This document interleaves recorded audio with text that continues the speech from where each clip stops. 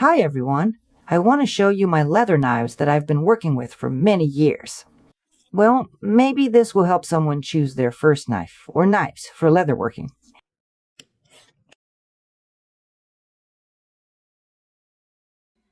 These knives are for another video. I got them recently, just some days ago. And I didn't have a chance to work with them yet. I need some time to form my opinion. But I had to show them off because they're fantastic. I mean, they're beauties, wouldn't you agree?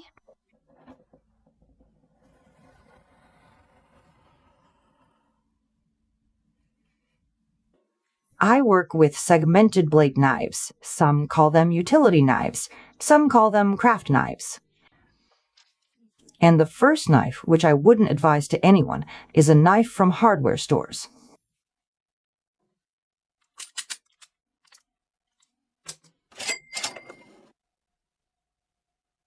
And I've worked with them for several years.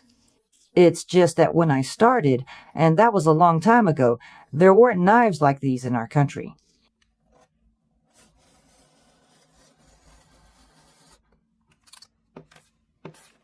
I even got used to these knives and didn't have problems with them, but I changed direction and started working on designing leather patterns. It was time to change the knives, too.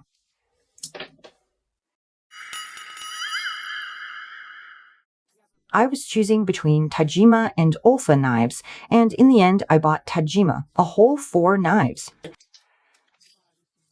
including these 2 knives with 18mm blades, and these 2 knives with 9mm blades for intricate and curved cutting. They're already more than 4 years old, and absolutely nothing has happened to them.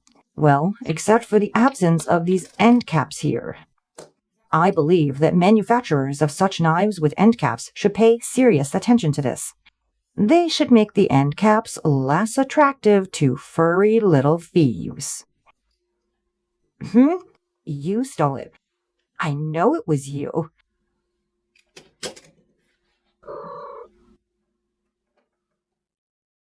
Ergonomically, this knife immediately became my favorite.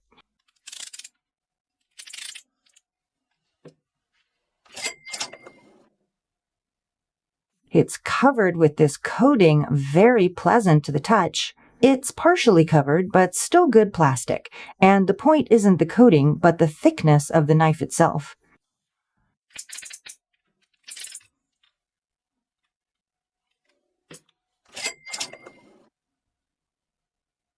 Here I still need to figure out how I should place my finger, because it's too thin for my hand.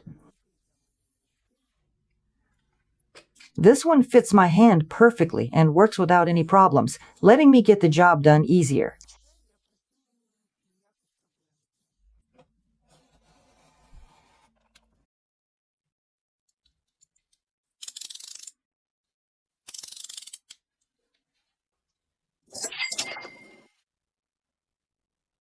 This is a graphic knife, and it takes the top spot for being uncomfortable. Maybe it's fine for thin paper, for film. But for leather, it still requires more effort, and you'll just press your finger here while working.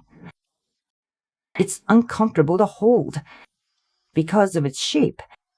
I get that it's simple, that it's inexpensive, but I don't recommend this knife for working with leather. It's for paper and for very thin materials.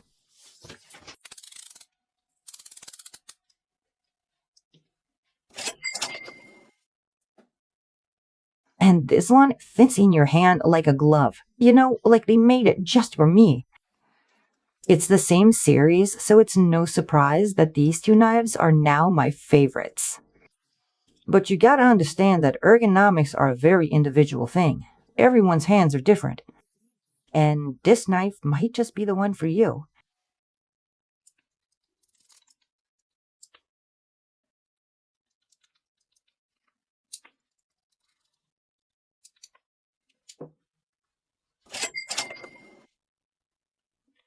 This knife is new in my workshop. I saw a review on YouTube and its design interested me. It's radically different from the knives we know. All classic segmented knives don't have a rigid blade block. But with this knife, there's absolutely no wiggle.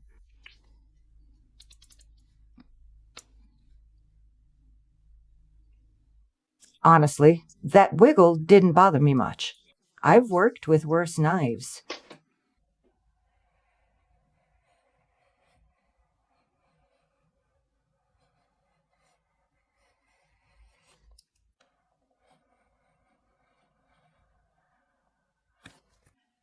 But it's definitely a plus that the blade locks so securely here.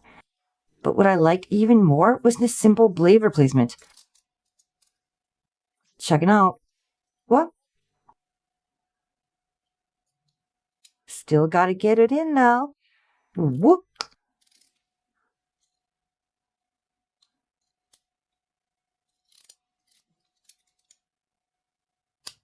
And no caps, that are always disappearing somewhere. Ergonomically, it would be perfect if it had this kind of coating. I can recommend it for beginners. It's the most budget-friendly, and it even comes with blades and a special container for used blades. Honestly, this container isn't comfortable for me. I still break off the blades with pliers anyway.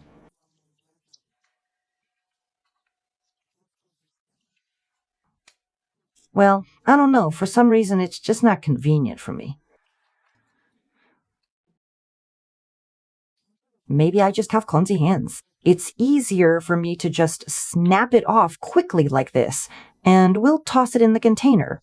I mean, we do have a container, right? See, we'll just toss it in here, and we'll toss it in.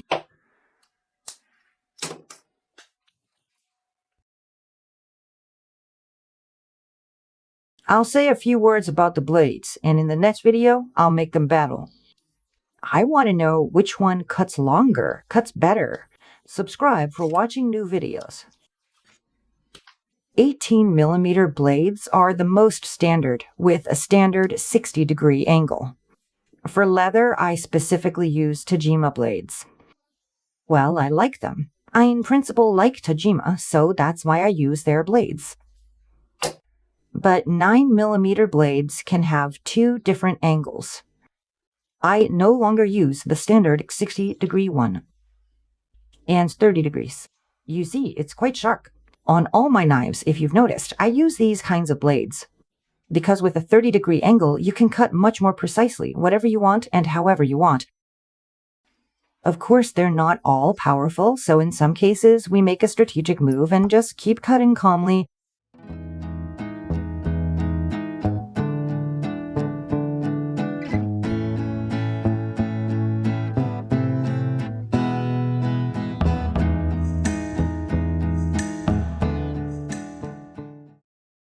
I also have an Olfa rotary cutter.